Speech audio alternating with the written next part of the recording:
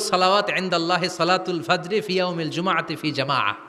বিশ্বনবী বললেন জুমার নামাজের 15টা সুন্নত মুখস্থ রাখতে হবে। 1 নাম্বার সুন্নত ফজরের সালাত জামাতে পড়তে হবে। 2 নামাজ মুনাফিকদের কাছে সবচেয়ে কঠিন, একটা হচ্ছে ফজরের নামাজ আর একটা এশার নামাজ।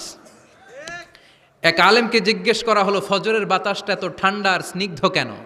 আলেম উত্তর দিয়েছিল কারণ ফজরের বাতাসে মুনাফিকদের নাকের দুর্গন্ধ মিশে না। ফজরের বাতাসটা স্নিগ্ধ, ফজরের সময় আল্লাহওয়ালাদের আনাগোনা, মুসল্লিদের আনাগোনা, ইসলামের পক্ষের শক্তির আনাগোনা। চিল্লায় বলেন ঠিক কিনা? মসজিদে নববীতে জুমার নামাজের দৃশ্য আর ফজরের নামাজের দৃশ্য ছিল এক।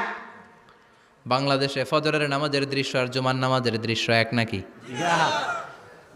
ফজরের নামাজের সময় মুসল্লি নাই, এক কাতার হয় না, আর জুমার নামাজে পাক্কা মুসল্লি দেরি করে গেলে বারান্দায়ও জায়গা পায় না। ঠিক কথা কন।